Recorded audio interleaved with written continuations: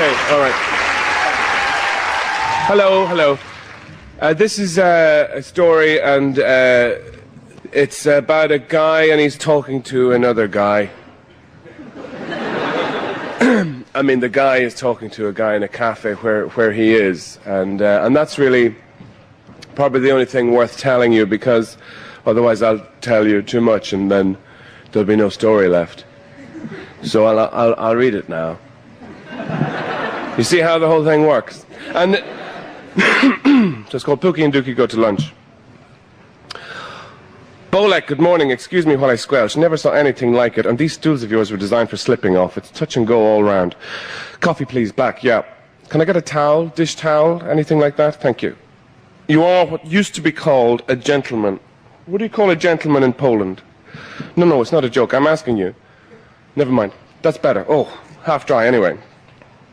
See that? Everybody's hopscotching around those puddles. When I left the house, it was like the day was asking me out. Perfectly lovely. Then kaboom. Yuck, my socks are wet. Hey, look, someone's down out there. Oh, she's up. That guy got her. The old lady, look. She's holding her nose, probably bleeding. He's got her. Some people are still people. What's it like in Poland now? Raining like this, or hot? Good. Where are you from again? Outside the city, you said before. What is it? Drobovitz or Stropst? Right, Dribsk.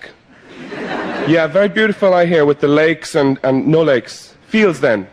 No. Wasteland. Right, well, there's a lot to be said for peace and quiet. Don't mind me, you go right ahead with what you've got to do. Everything's much better now I'm dry, even if it is a little hot in here. I like that Hawaiian shirt you got on there. I won't want one of those. This heat would kill you. I'm going to have lunch in a little bit anyway. You've probably seen us sitting up there in the window booth, Pookie and me. I called her Pookie as an endearment, and she calls me Dookie because of all our fights, you know, as in put up your dukes, as in fists. A long time ago it was kind of funny for about 4 minutes. We're having a make-up lunch, I think. She drives me nuts, but I don't let it show or talk about it. That's not my style. You got to be careful with everybody, you know. I never generalize, but that goes double for women and triple for this one. That is one fat chef you've got over there. And look at the way he bullies the waitress. Never trust a man whose jowls meet in the middle, Bolek. Do not eat from his grill. You know what this place needs? More air. And new menus. I mean the actual menu card. People do not want to see this hamburger here hand in hand with the hot dog jumping over the ecstatic bowl of chili. With these beer bottle guys here by the side, cheering the happy couple on, waving their limes. This insults us as human beings, Bolek. In fact, it even creates tension. Because when we talked about where to go, she said, oh, let's just go to your favorite place where they have cartoons on the menus and the food is cold when it's not carbonized. I only came in here originally because it said luncheonette outside. It makes you smile. It's so totally terrible. And I like the fact that it's terrible here. That's the whole point. What it is with Pookie is she doesn't know what she wants. That's one way to call it. Another is she won't admit what she wants. Am I supposed to grow old while she figures? We don't even do the thing anymore because of the everything else that the thing is tacked onto. Nothing wrong with the thing, mind you. It got so good we almost went Dutch on a cat. But the fighting got too good altogether. Every time we swore, it was the last time we'd take each other's bait. But by then you've already kicked over the whole worm can. So it's like, hey, a new worm, a really fat one. I never realized I hate you for this too. And maybe I do breathe like a caveman, but you know what? This is considered highly attractive in some cultures. I'm not sure by who exactly, but if you must know, I think it's the Ninjonians who are around the corner from Fiji. And I'll tell you what is not highly regarded by these sane, gentle peoples. Individuals who say theoretically every fourth word. Maybe you should look into that in a hospital, theoretically. Where it is even money, you know the clinician rather well, theoretically.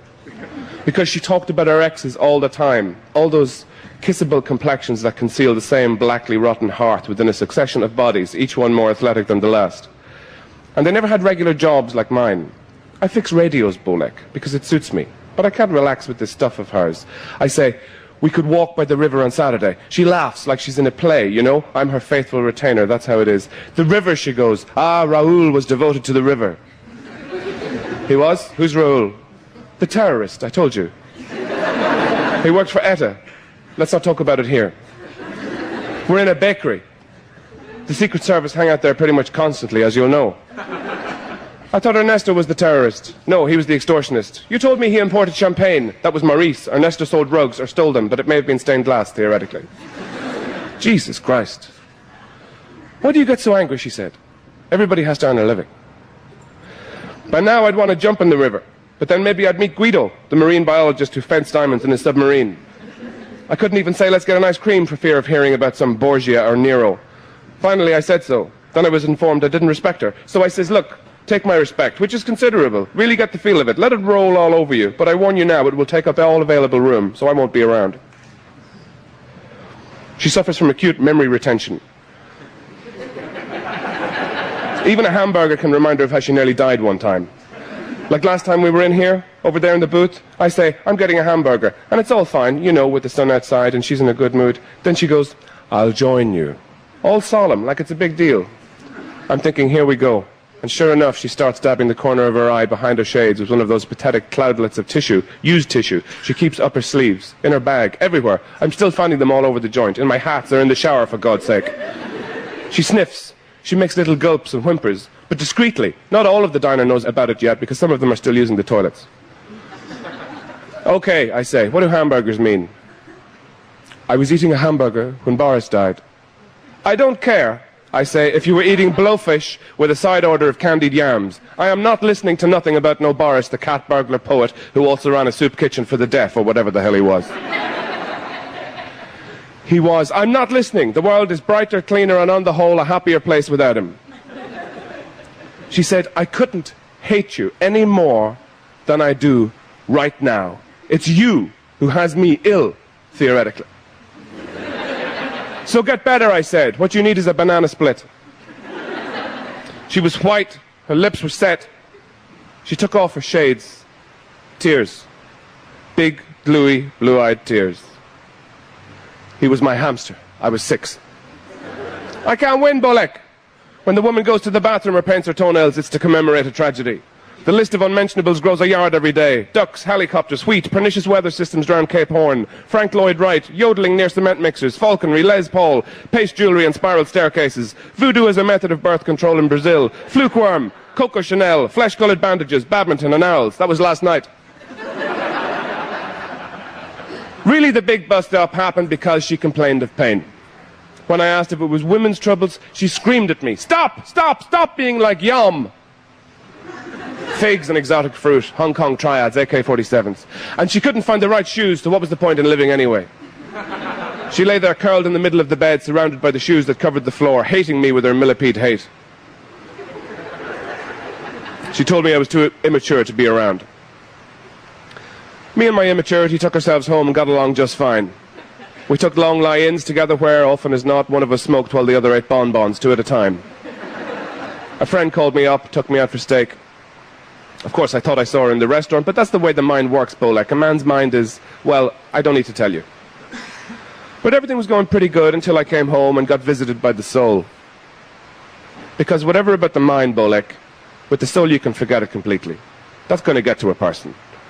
I was up late, had a bottle of liqueur my friend brung me. You'd like it, actually, a bit like vodka, but without the complex taste. This stuff was called spasiba, and it didn't really taste of anything except maybe lava. So I'm in the kitchen when I hear the voice. I turn around, and right there, between the bin and a pile of empty Ritz cracker boxes that me and my immaturity had turned into a modernist installation representing moral stagnation in the West, amongst other things, right there is a dead mouse. His tiny lips were moving. When I bent down, who do you think was in there? That's right, Morgan Freeman. He said,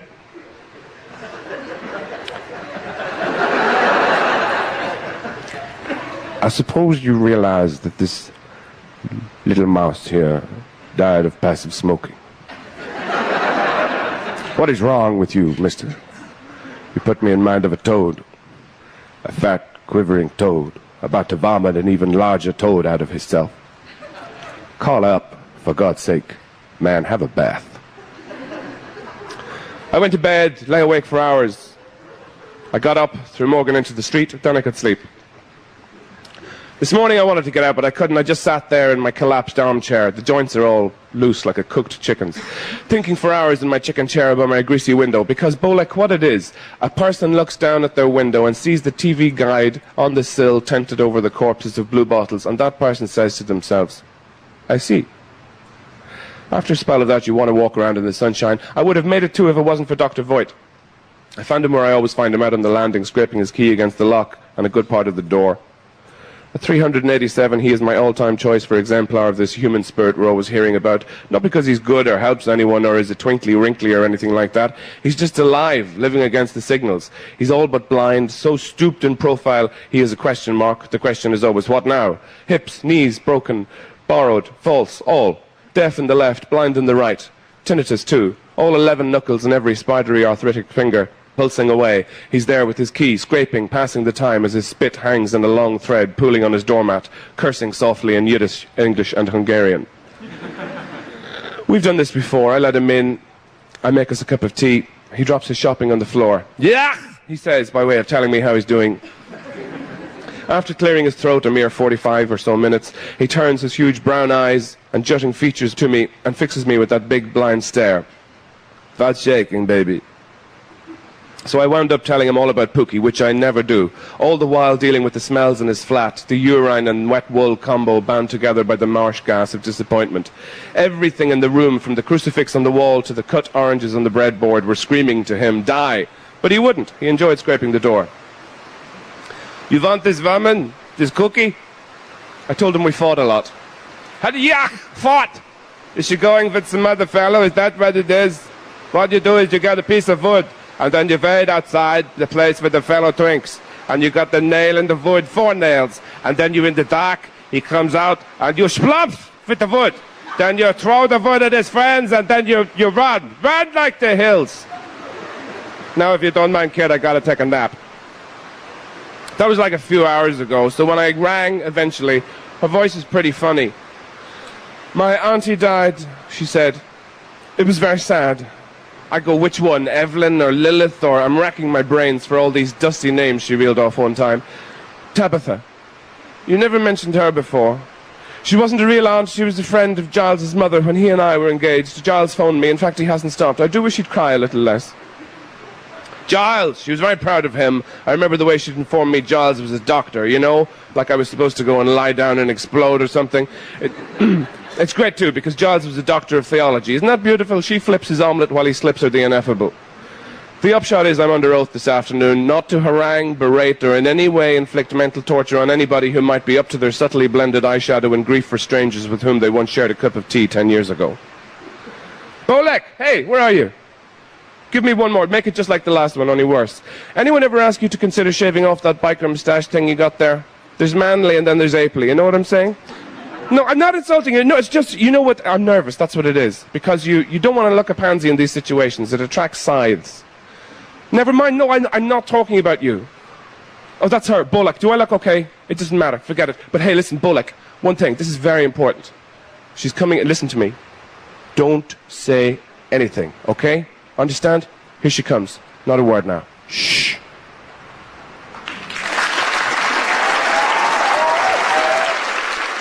Wonderful stuff. Pookie and Dookie Go to Lunch was written and performed by Dylan Moran at what sounded at the end there like a very wet Latitude Festival.